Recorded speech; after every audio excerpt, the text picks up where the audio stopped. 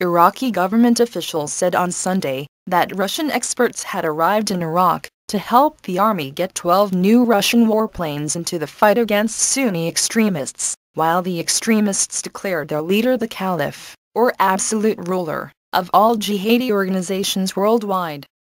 This after the United States delayed a sale of fighter jets to Iraq. Although the United States is now in the process of providing both F-16s and attack helicopters to Iraq, Russia has provided Iraq with secondhand Su-25 fighters, and are also sending military experts to Iraq. Iraqi security officials confirmed 5 Sukhoi-25 jets, which were purchased second-hand from Russia, had arrived in Baghdad on Saturday. Meanwhile, the insurgents, also known as ISIS, have established a caliphate, or Islamic State, in the areas they control in Iraq and Syria. The Islamic State of Iraq and Syria, or ISIS, announced in an audio recording posted online that it was rebranding itself and will simply be known as Islamic State, because it had broken down national boundaries becasue of its quick seizure of land in eastern Syria and northwestern Iraq over the last year.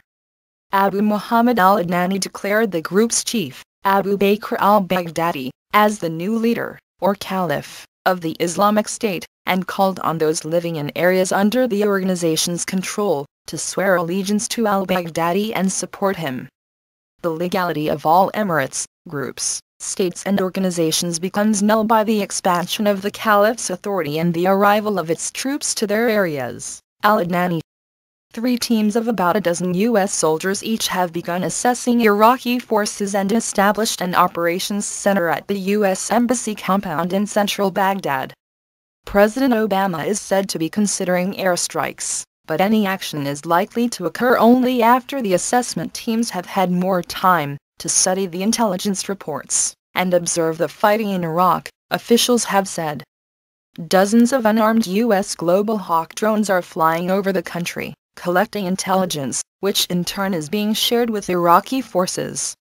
American officials are urging Iraqi security forces not to rush into attempting to retake cities, which would risk choking the army down in dangerous urban warfare, just as U.S. forces faced a decade ago.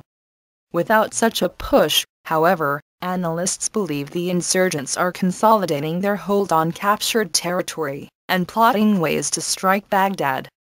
Currently, the battle is raging in the town of Tikrit,